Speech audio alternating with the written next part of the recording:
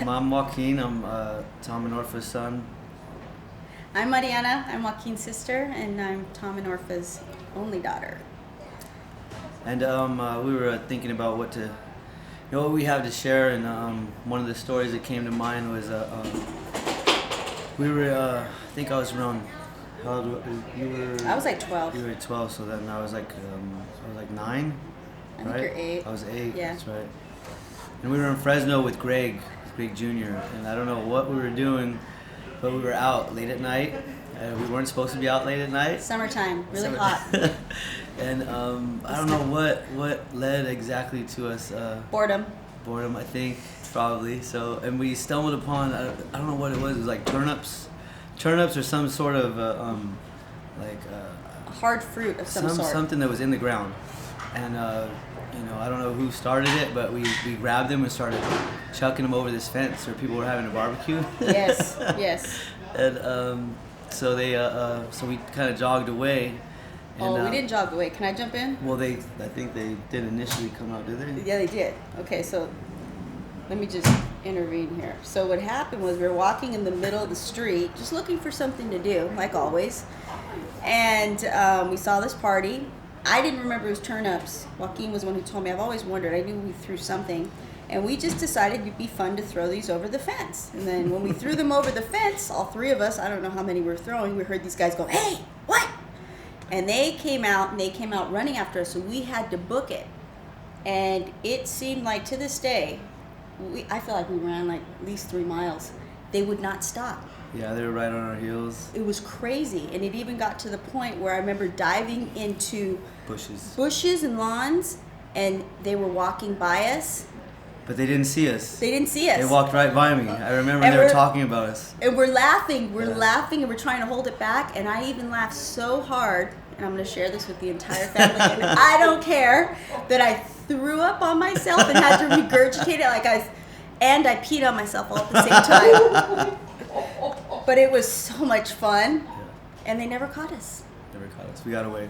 We did. We got away. It was awesome. It's one of the best experiences. Best. Oh, by far. Yeah, it's a great one. You can tell another story? What other one are we thinking of? I have one. All right, go for it. So one of my most favorite memories growing up was being babysat at Grandma Vasquez's house. She used to babysit me, Jason, and Bobby, Joaquin. And I don't know how, but we would play hide and go seek, and we would find the best hiding places in that little house. And I just remember hiding inside the closet.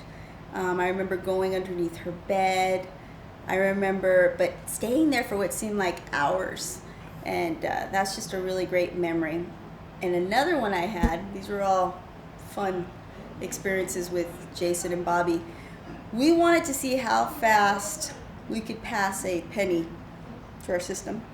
So we swallowed a bunch of pennies one time. I think this was me and Jason.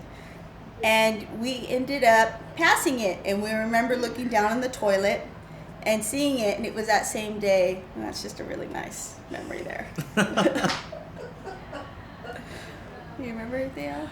I remember the toads. All the toads underneath Grandma's house. I think there were frogs. Frogs or toads, I don't know. But I remember that was something I looked forward to, going to see how many toads we can catch. And you had to. I was small, so I could get up under the. It was under the concrete area of the porch. So I remember that was fun. We'd always catch all kinds of toads. What would you do for that? I don't know. We just collect them and then play with them. So.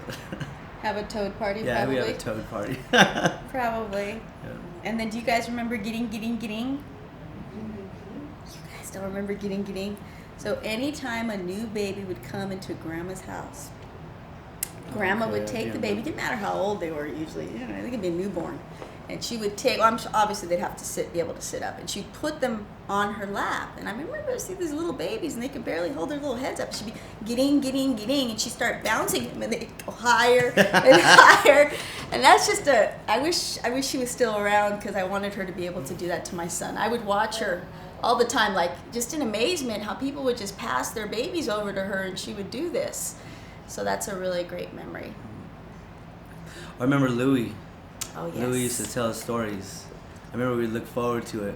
I remember we would hear that he was on his way, he was coming, and then he would get us all together. And usually it was dark. I don't know. Maybe I just remembered it was always dark. Yeah. And he would come with these long, just elaborate stories, and we'd be totally in the story. Be scared. Usually, I'd be scared, but I just remember how vivid and how fun it was, to listen to Louis' stories. Yeah, to this day when I think about his storytelling, I get like a little, you get like a little stirred up because it just riles all kinds of emotions, and you were just a little kid. Yeah, I remember being at Auntie Meech's house in the first room on the left-hand side, and they would turn off all the lights, and they would use she had these little mannequins for hats, and they'd have like the white mannequin was like a styrofoam head, styrofoam head, and somehow or another the moonlight or some type of light was shining up on it, and I just remember Louis telling his stories, and we would see that. It was almost like glowing, and it's just, it's a very vivid memory for me. I think that's about it for me. Yeah, I think so.